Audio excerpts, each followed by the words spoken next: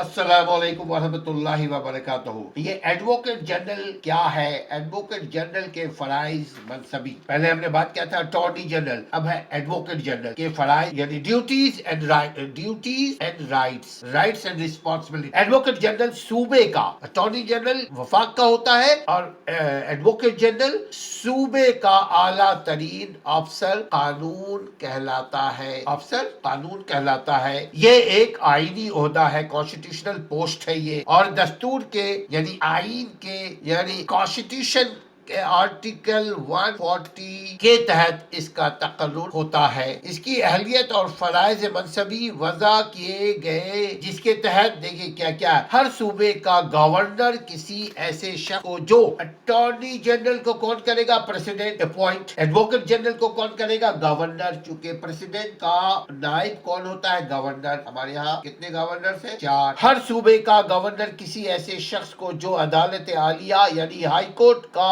जज बनने का अहल हो। अटॉर्नी जनरल के लिए क्या है? वो सुप्रीम कोर्ट का जज बनने का अहल हो। और एडवोकेट जनरल के लिए वो क्या है? उसकी जो क्वालिटी देखी जाएगी कि वो अहल हो हाई कोर्ट के जज बनने का। एडवोकेट जनरल का फर्ज है कि वो सूबाई हुकूमत को कानूनी मामलात पर मशवरा दे और कानूनी नौइयत के ऐसे दीगर फराइज अंजाम दे जो सूबाई हुकूमत की तरफ से उसे जिम्मेदारी दी गई हो। एडवोकेट जनरल गवर्नर की खुशनुदी हासिल रहने तक अपने ओहदे पर फाइज रहता है। ये खुशनुदी का मतलब आमतौर पे चमचागिरी है, लेकिन दरअसल डेमोक्रेटिक सिस्टम में चमचागिरी नहीं होता। वो फराइज मनसबी अगर अहसन तरीके से अंजाम दे रहा है तो कोई सदर, कोई गवर्नर, कोई हुकूमत उसको नहीं निकालता। आज के इस दौर में बेहतरीन दौर है ये, अल्हम्दुलिल्लाह। एडवोकेट जनरल गवर्नर के नाम अपनी दस्तखत, अपनी जो साइन के जरिए अपने, अगर वो रिजाइन देना चाहे, जैसे अटॉर्नी जनरल रिजाइन देना चाहे तो प्रेसिडेंट को देगा।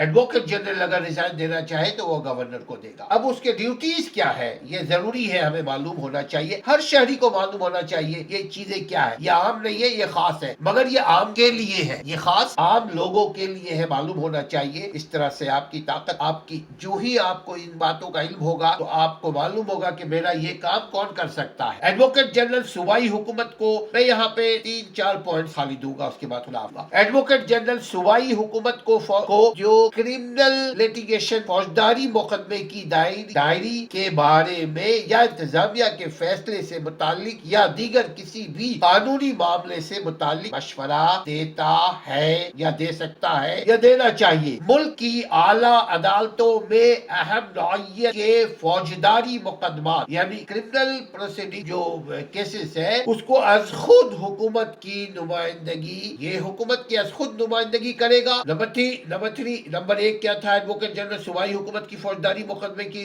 दायरी के बारे में। और दूसरा क्या है? मुल्क के आला अदालतों में अहम नौइयत के फौजदारी मुकदमात में अज खुद हुकूमत की नुमाइंदगी करेगा। तीसरा क्या है? तीसरे के 2 पार्ट्स में इंशाल्लाह ताला अभी करूंगा कि इसके दर्ज झेल मुकदमा में एडवोकेट जनरल अपने मावनीन को पैरवी मुकदमा करने का कहता है, यानी on behalf of advocate general कौन कौन करेंगे? ऐसे मुकदमा जहां सूबाई हुकूमत फरीक हो या जिन मुकदमात में सूबाई हुकूमत का सेक्रेटरी फरीक हो, ऐसे मुकदमा जिनमें सूबाई हुकूमत के अफसरान फरीक हो और जिनका सूबाई हुकूमत ने अज खुद पैरवी करने का फैसला किया हो। ताहम एडवोकेट जनरल के फराइज और दीगर मुल्की कवानीन के तहत भी वज़ा किया गया है, जिनकी तफसील अब मैं आपको एक मिनट में बता दूं। ज़ाब्ता दीवानी यानी सिविल, पहले क्रिमिनल का हुआ, अब सिविल में बजरिया 1908 के तहत बाज़ खास मुकदमा सिर्फ एडवोकेट जनरल ही दायर कर सकता है, जैसा कि उमूर बाइस तकलीफ, पब्लिक नुइसेंस, अवाम के लिए जो मसले मसाइल जो पैदा होते हैं, ऐसा कोई अमल जिससे अवाम को तकलीफ हो,